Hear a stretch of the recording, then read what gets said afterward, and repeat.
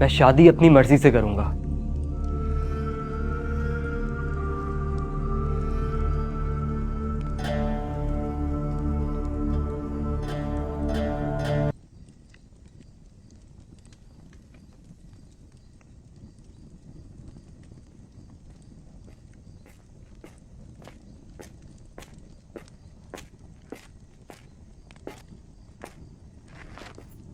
अम्मा,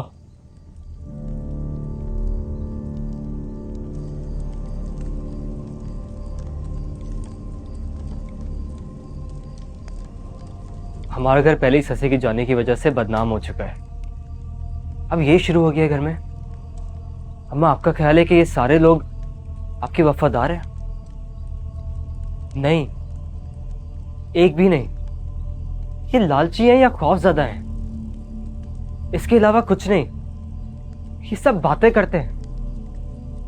तुम बस शादी की तैयारी करो, बाकी बातें छोड़ दो।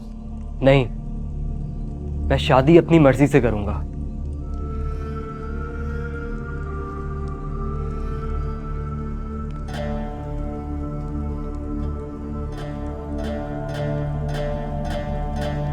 मारना है तो मार दें, इसके लिए इतनी तकल्लुफ की क्या जरूरत है? लेकिन अम्मा, मेरी भी शायद कोई मर्जी हो सकती है। मैंने सरदार सुल्तान खान की बेटी को हाँ कर दी है। क्या? सरदार सुल्तान खान? अम्मा, उसकी बेटी ने कभी जिंदगी में किताब क्या कागज की शक्ल भी नहीं देखी है। इतनी दौलत है उसके पास कि हजारों पढ़े लिखे लोगों को अपना मुलाजिम रख सकती है। अम्मा प्लीज देखें, मैं कोई तमाशा नहीं करना चाहता, लेकिन मैं ये शादी नहीं करूंगा।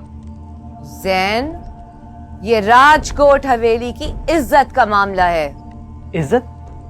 ये क्या चीज होती है अम्मा? अपनी जिद इज्जत है क्या?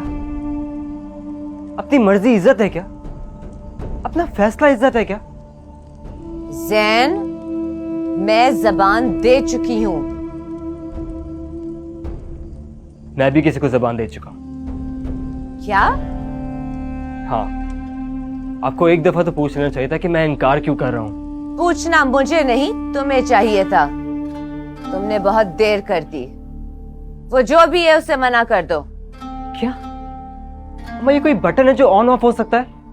जैन, यही होगा। मेरी अपनी बेटी घर से भाग चुकी है और ऐसी कहानियां जिंदा रहती हैं, मरती नहीं। मैं किसी पढ़ी लिखी मॉडर्न लड़की को इन दीवारों में नहीं लाऊंगी जो रोज ये कहानी सुने और फिर आगे सुनाए। माँ, आपने मुझे कोई बेजान चीज तो नहीं समझ लिया? मैंने तुमसे कहा था बहन को लेकर आओ, उसे ढूंढो। तुम तो घर से निकले तक नहीं और वो पहुंच गई जहां उसे पहुंचना था। कोई ना कोई कीमत तो अदा करनी पड़ेगी। दुश्मनियों के ये बीज मैंने नहीं बोए अम्मा, तो फल क्यों उतारूं मैं इनका? उतारना पड़ेगा और खाना भी पड़ेगा, क्योंकि ये सारे पेड़ हमारे वेड़े में उगे हुए हैं। भूल गए क्या अपने वटकों की कब्रें एक लड़की के लिए? मैं मोहब्बत करता हूँ उससे। ओह, मोहब्बत भी हो गई? कौन है ये लड़की? आप नहीं जानती उसे, ना उसके घर वालों को। अभी लेकर आओ उसे मेरे पास। अभी? उसी से मिलने गए थे? हाँ। तो जो एक दफा निकल सकती है वो दोबारा भी निकल सकती है। अम्मा, मैं उसी से शादी करूंगा। ये फैसला तुमने नहीं, हमने करना है। बुलाओ उसे अभी, तुम्हारे पास वक्त बहुत कम है।